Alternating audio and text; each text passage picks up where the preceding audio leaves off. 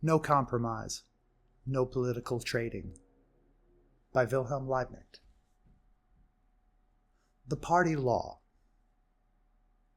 The question of compromises has, in one form or another, engaged the attention of our party ever since its entrance into the political arena.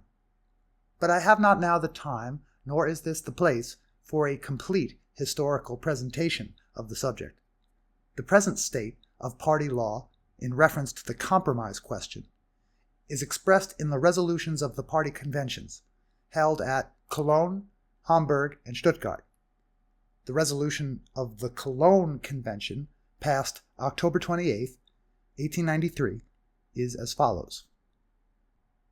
Whereas, the three-class electoral system of Prussia, which, according to Bismarck's own expression, is the most wretched of all systems of election, makes it impossible for the social democracy to take an independent part in the elections for the Prussian legislature with any prospect of success.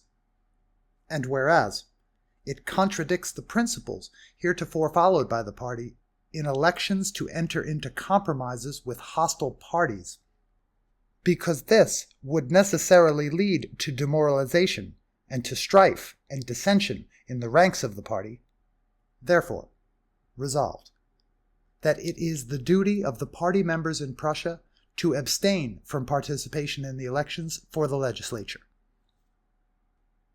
And, whereas, the electoral systems in the separate states constitute an excellent specimen of reactionary election laws, and particularly the plutocratic character of the three-class electoral system in Prussia makes it impossible for the laboring class to send its own representatives to the legislature. Therefore, the convention calls upon the party members to begin a systematic and energetic agitation in all the separate states for the introduction of universal, equal, secret, and direct suffrage in elections for the legislature, as demanded by our party platform. 4 years later, on October 9, 1897, the Hamburg Convention passed the following resolution. The resolution of the Cologne Convention forbidding the Prussian members of the party to participate in the legislative elections under the three-class system of voting is repealed. Participation in the next Prussian legislative elections is recommended everywhere where the conditions render it possible for the party members to do so. Just how far it is possible to take part in the elections in the separate election districts must be decided by the party members of each election district according to local circumstances. Compromises and alliances with other parties must not be entered into. The repeal of the Cologne resolution was passed by 160 votes against 50. The entire resolution was passed by 145 votes against 64, one delegate not voting. After the vote on the separate parts of the resolution, and after the vote on the whole, in order to prevent any question from arising as to the practical meaning of the Hamburg resolution, the chairman, Singer, with the express consent of Bebel, who had offered the resolution, and without objection by anyone, and with unanimous consent, entered on the minutes, made the following announcement.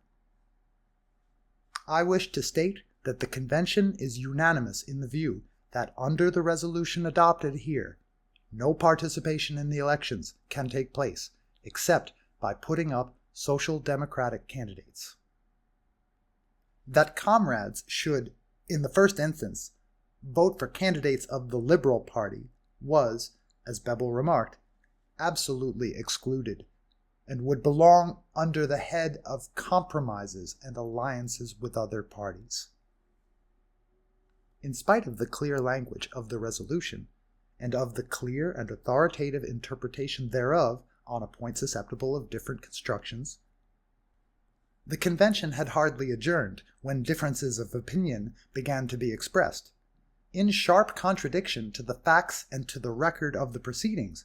It was denied that voting, in the first instance, by our party for candidates of the Liberal Party would be a compromise, and the claim was even made that Singer had put a snap resolution through the convention. Last year's convention was held at Stuttgart, immediately before the elections for the Prussian legislature. There was such a difference of opinion that it was not possible to think of disposing of the matter, especially as the order of business before the convention was overloaded without that. So nothing could be done but leave the final disposition of the matter for a future convention, and for the present, pass an emergency resolution. On October 5, 1898, the Stuttgart Convention adopted unanimously the following resolution, agreed upon by a committee, to wit, participation in the Prussian legislative elections under the three-class electoral system cannot be regarded, as is the case in elections for the Reichstag, as a marshalling of forces. It is not a means of attaining a moral effect by the number of our votes, but is only a means of attaining certain practical results, especially warding off the danger of allowing the most hidebound reactionists to get a majority in the legislature. Proceeding from this view, the convention declares that participation in the Prussian legislative elections is not required in all election districts, the less so as the shortness of the time which remains before the Prussian legislative elections makes it impossible to bring together the widely divergent views now existing within the party on this question, so as to make harmonious action by the party possible. Under these circumstances, the convention leaves it to the comrades of the separate election districts to decide on the question of participation. If it is decided in an election district to take part, and if a proposition is made to support candidates of our political opponents, then the candidates must pledge themselves, in case of their election to the legislature, to work for the introduction of the universal, equal, direct, and secret ballot for the elections to the legislature, the same as it now exists for the elections to the Reichstag, and to resist energetically all measures in the legislature which tend to diminish or abolish the existing rights of the people in the separate states. All propositions introduced under the head of Prussian legislative elections shall be considered disposed of by the adoption of this resolution. This was the Stuttgart resolution. As can be seen, it is only temporary and leaves the question of tactics exactly on the basis of the Hamburg resolution. In spite of that, the comrades of some election districts considered themselves justified in making, contrary to this resolution, arrangements with other parties, which were clearly compromises within the meaning of the Hamburg resolution. In the latest events in Bavaria, the alliance with the Center Party, which was characterized as a cow trade by the comrades themselves who took part in it, has shown that when once the thin end of the opportunist wedge has forced itself into the policy of the party, the thick end soon follows. Proletarian Socialism. For our party, and for our party tactics, there is but one valid basis, the basis of the class struggle, out of which the Social Democratic Party has sprung up, and out of which alone it can draw the necessary strength to bid defiance to every storm and to all its enemies. The founders of our party, Marx, Engels, and Lassalle, impressed upon the working men the necessity of the class character of our movement so deeply that, down to a very recent time, there were no considerable deviations or getting off the track.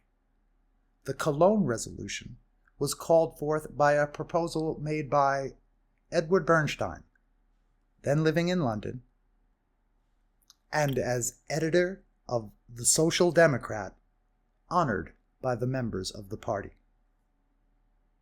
Till the year 1893, there never was any talk in public about the possibility or advisability of taking part in the Prussian legislative elections. In the beginning of the 80s, the cooperation of the social democracy with the political Democrats was advocated on the quiet by the Democrats of Frankfurt for the purpose of gaining a socialist and a democratic representative for Frankfurt in the legislature. But the proposition was declined, also on the quiet, without getting noised abroad. What turned the scale was this consideration: that the class character of the party would be weakened by an alliance of this kind, and that the advantage of gaining a representative would be far more than offset by the disadvantage of an alliance in a legislative election with a party which we are compelled to fight in the Reichstag election. The importance of a seat in the Prussian legislature was not overlooked by anyone, but it was looked upon as more important that the representatives of the party should depend exclusively upon the strength of the party, and not upon an alliance with parties which might have momentarily a common interest with us, but which in their political makeup are hostile to us and will remain permanently hostile. Bernstein's proposal, which contemplated a participation of the social democracy in the Prussian legislative elections, found little response and no advocates, so that the resolution introduced and supported by Bebel against such participation was adopted unanimously. That the question of taking part in the Prussian legislative elections should come up again after many years, and even lead to quite animated debates, appears at first sight unintelligible. But it is explained by two circumstances, which I will here set forth. First, in reference to the Prussian three-class electoral system, the views of many of the comrades had in the course of time undergone a change. It had escaped the memory of some of them, here and there, that the logically and cunningly realized purpose of the three-class electoral system was to exclude with hermetic sealing all democratic thought and sentiment, and that the capitalistic era, which began about the same time with the introduction of the most wretched of all electoral systems, quote-unquote, had, by creating a class-conscious proletariat, rendered the vote of the socialist masses more insignificant than the vote of the democratic masses had been originally.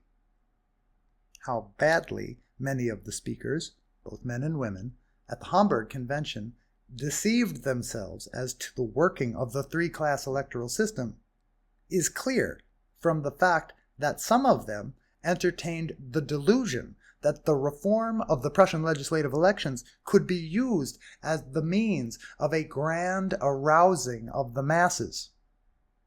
In the jubilation over the success which had been achieved under other non-democratic laws regulating legislative elections, especially in Saxony, many had forgotten that the Prussian three-class system made the publicity of the ballot obligatory, and thereby in advance practically disenfranchised all who were dependent, either economically, socially, or politically.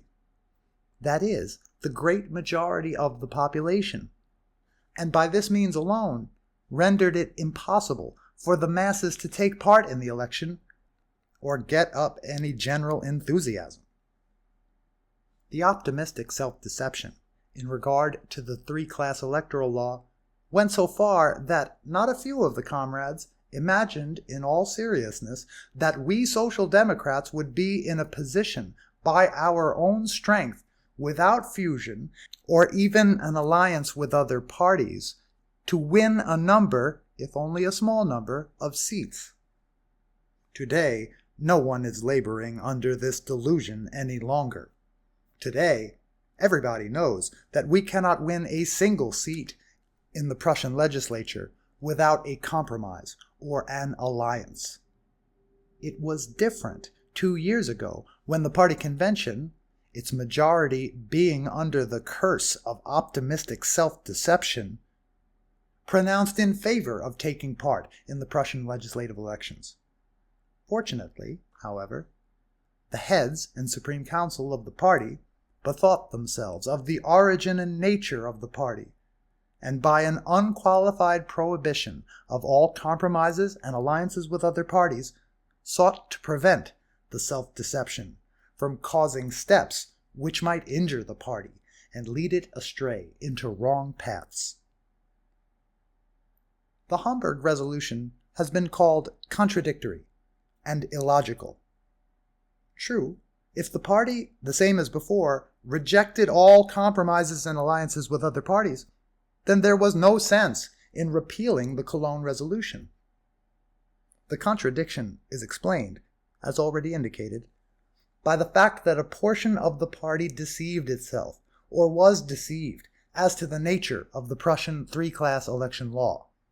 But from this contradiction to conclude, as has actually been done, that the party had more at heart its desire to participate in the Prussian legislative elections than its aversion to compromises, and that therefore, as a contradiction existed, it must be solved by unqualifiedly advocating participation in the elections and by repealing the prohibition against compromises and election alliances. Such a conclusion gives evidence of just as little logic as of regard for the principles and history of the party. Second, this brings me to the second reason why the question of participating in the legislative elections could become a matter of serious party strife. In certain circles, there exists an inclination, or let us say an effort, to desert the platform of the class struggle and enter into the common arena of the other parties. As all the other parties stand upon the basis of a political state, therefore their field of activity is necessarily confined to the spoils of politics. I do not say that the advocates of the new tactics all wish this. As to some of them, I am convinced that they do not wish it. But others wish it, and it is no mere accident that it was just Bernstein who first proposed the participation of the social democracy in the Prussian legislative elections.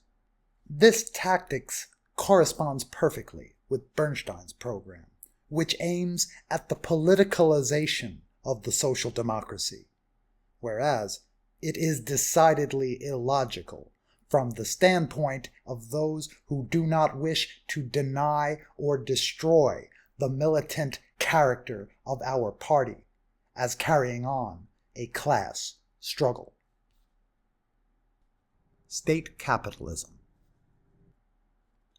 I do not hesitate to repeat my former declaration that a practical surrender of our party principles appears to me far more dangerous than all of Bernstein's theoretical will-o'-the-wisps put together.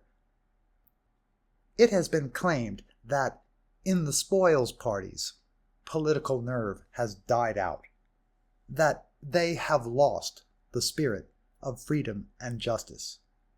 The claim certainly does not lack foundation, and yet that condition is no recent matter.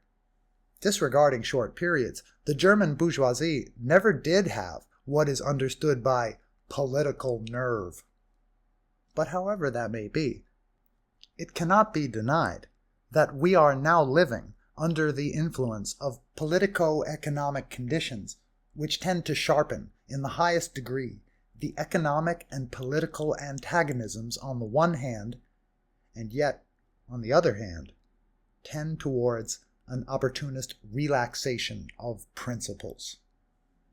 In addition to that, we must take into consideration the political backwardness of the bourgeoisie in Germany, which is the cause of the fact that there does not exist here a really liberal party, to say nothing of a democratic party. This fact has this as its natural result, that the honestly liberal and democratic elements of the bourgeoisie gravitate more and more towards the side of the social democracy as the only party which is fighting for democratic principles in Germany. But these democratic elements do not thereby become socialists, though many believe they are socialists. In short, we have now in Germany a phenomenon which has been observable in France for half a century and longer, and which has contributed much to the confusion of party relations in France, namely that a part of the radical bourgeoisie rallies around the socialist flag without understanding the nature of socialism. This political socialism, which in fact is only philanthropic humanitarian radicalism, has retarded the development of socialism in France exceedingly. It has diluted and blurred the principles and weakened the Socialist Party because it brought into it troops upon which no reliance could be placed in the decisive moment. Marx, in his articles on the class struggles in France, characterized for us this political socialism. And it would be an unparalleled case of flying the track and going astray if the German social democracy, which has had such wonderful success and such a wonderful growth for the very reason that it has marched ahead unterrified on the basis of the class struggle, should suddenly face about and plunge into mistakes, the avoidance of which has been the power and pride of our party, and has put the German social democracy at the head of the international social democracy of all countries. The disappearance of fear and aversion to us in political circles, of course, brings political elements into our ranks. As long as this takes place on a small scale, it causes no apprehension, because the political elements are outnumbered by the proletarian elements, and are gradually assimilated. But it is a different thing if the political elements in the party become so numerous and influential that their assimilation becomes difficult, and even the danger arises that the proletarian socialist element will be crowded to the rear. This danger of politicalization threatens the German social democracy from two sources on account of the backwardness of our bourgeoisie. First, the democratic elements of the bourgeoisie, which find no political satisfaction in their own class, flow to us in greater numbers than in countries with a normally developed bourgeoisie. Second, the bureaucratic, though capitalistic, spirit of our governments tends towards a state socialism which, in fact, is only state capitalism, but which is dazzling and misleading for those who are easily deceived by external similarities and catchwords. The German, or more accurately the Prussian, state socialism, whose ideal is a military, landlord, and police state, hates democracy above everything else. The Kanitzes and their followers claim to be out-and-out radical socialists, but will have nothing to do with democracy. Democracy is their enemy. It is to them something inherently political. But all politics is diametrically opposed to what is socialist. So, by this trick logic, we arrive at the conclusion, which has gained footing here and there, even in social democratic circles, that democracy, as savoring of politics, has nothing in common with socialism, but on the contrary is opposed to it. Certain errors, for example, the opposition to the militia system, can be traced to this piece of sophistry, as also at one time the false teaching of Schweitzer. But the truth is that democracy is not a thing that is specifically political, and we must never forget that we are not merely a socialist party, but a social democratic party, because we have perceived that socialism and democracy are inseparable. Bismarck. As Prince Bismarck in the 60s wanted to move the Echeron of socialism, and through the intervention of brass offered to me the editorship of the North German Gazette, and then later, through Booker, offered to Marx even the editorship of the Staatsanzeiger, in both cases with full freedom to advocate socialism unreservedly, clear down to its ultimate consequences, it was, of course, not love for socialism, or knowledge of socialism, that led Prince Bismarck to do this. He understood nothing about socialism at that time, and never did understand anything about it down to his death. In fact, he never had any conception of the moving forces of political and social life. There probably never lived at any time in any country a quote-unquote statesman who was less scientific, who had less knowledge, and who relied so purely on experience and a sort of half-gambler, half-peddler cunning as Bismarck. Those offers to socialists place in the clearest light the untruthfulness of Prince Bismarck's claim that he always regarded the social democracy as incompatible with the existence of the state.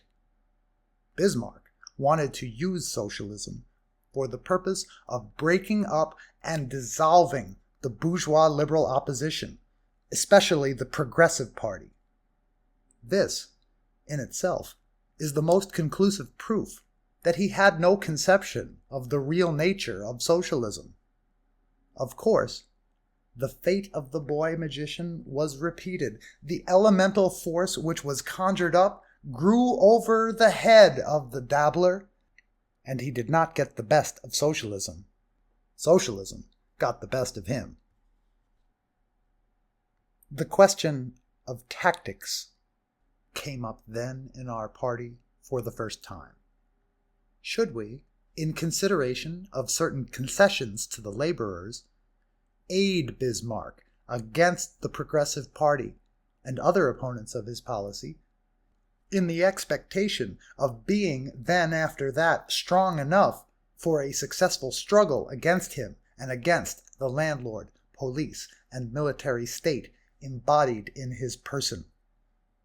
Or did prudence and party interest demand that we, taking advantage of Bismarck's quarrel with the progressive bourgeoisie and the other opponents of his policy, contest the Bismarckian policy and organize the proletariat into an independent political party for the purpose of preparing it for the conquest of political power? For a while, the proletariat wavered, but after a few years, the tactics, advocated principally by Herr von Schweitzer, of drawing closer to the Bismarckian policy, was given up, and the tactics was everywhere accepted which has ever since been in force for the party down to the present day. This tactics consists in keeping clear the class character of the Socialist Party as a proletarian party, to train it by agitation, education, and organization for the victorious completion of the emancipation struggle, to wage a systematic war against the class state, in whose hands the political and economic power of capitalism is concentrated, and in this war to draw advantages, as far as possible, out of the quarrels and conflicts of the different political parties with each other. Bourgeois and bourgeoisie. In Germany, the bourgeoisie has never attained political power, as in France and England. Though the English bourgeoisie 2.5 centuries ago, and the French bourgeoisie more than a century ago, cleared away all the medieval rubbish, the German bourgeoisie has never yet been in the position to bring about a political revolution and to realize in the state what is called political liberty. The loss of the world's commerce in consequence of the discovery of America, and in connection with that the stunting of industrial activity, the political splitting up and ruin of Germany, the paralysis of the national spirit bordering almost on death, the rise of dynastic interests hostile to the people and to enlightenment, all these prevented the growth of a strong citizenry. As in 1848, a belated opportunity was offered, the German people even then did not have the strength for a political revolution. After a brief revel of freedom, it bowed its head again under the old yoke.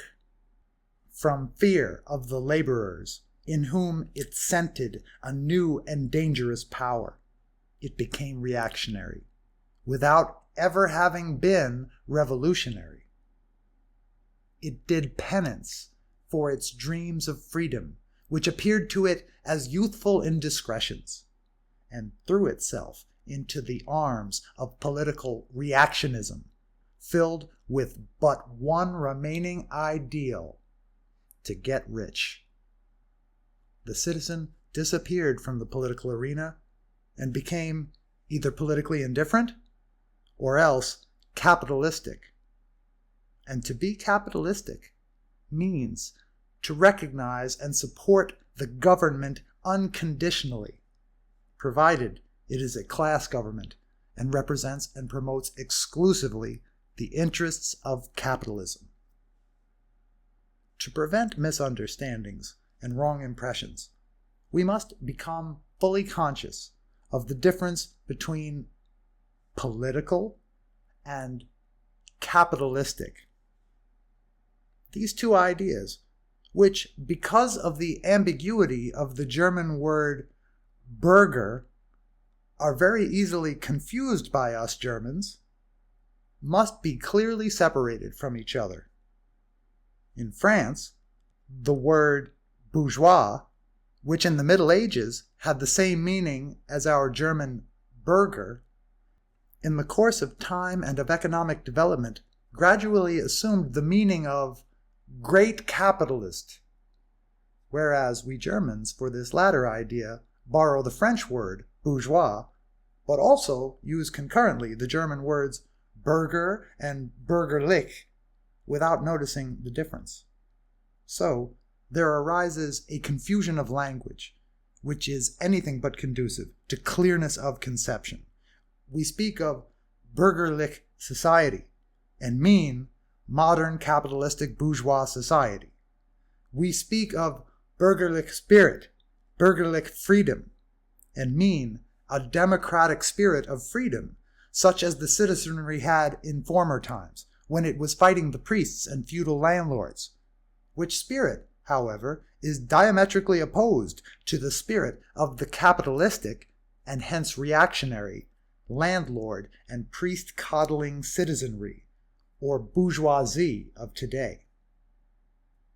The correctness of the so-called economic conception of history, which considers the political development as dependent on the economic, cannot be brought more strikingly and convincingly to the mind than by the change which in the course of the 19th century has been wrought in the bourgeoisie. It can be demonstrated with the greatest precision how, with the change in the productive relations, a change of political view and attitude has taken place in the bourgeoisie. Every step forward in economic development has been a step forward in the development of class antagonisms, and a step in the approach of the bourgeoisie towards its old enemies, the landlords and priests, and a step in drawing away from the rising proletariat, which, in order to effect its emancipation, must advocate equal rights for all men and the democratic principles formerly supported by the bourgeoisie. The moment the proletariat steps forth as a class separate from the bourgeoisie and having interests opposed to it, from that moment the bourgeoisie ceases to be democratic. In the states of the European continent, this reaction falls in a characteristic manner just in a period which is usually called the revolutionary period par excellence, in the period of the February and March revolutions. The contradiction is only an apparent one. The February Revolution was a tardy victory of bourgeois idealism, which stirred up the material interests of bourgeois realism to contradiction, to opposition, and to reaction. The premature outbreak of the Proletarian Revolution in the Battle of June at Paris, which followed upon the heels of the belated outbreak of the bourgeois revolution, drove the bourgeoisie over to the side of its hereditary enemy because it foresaw in the victory of the proletariat the downfall of capitalism. In France, Napoleon was elected president. And in Germany, the bourgeoisie, even in the honeymoon of the March Revolution, longed for a deliverer which would down the red specter. Thus, the Black Reaction, which in 1849 followed our revolution, was in fact simply the true character of this revolution, stripped of its fantastic, deceptive dress of gilded phrases. Under the rule of capitalism, the bourgeoisie was forced to become politically reactionary, so far as it was capitalistic or stood under capitalistic influence.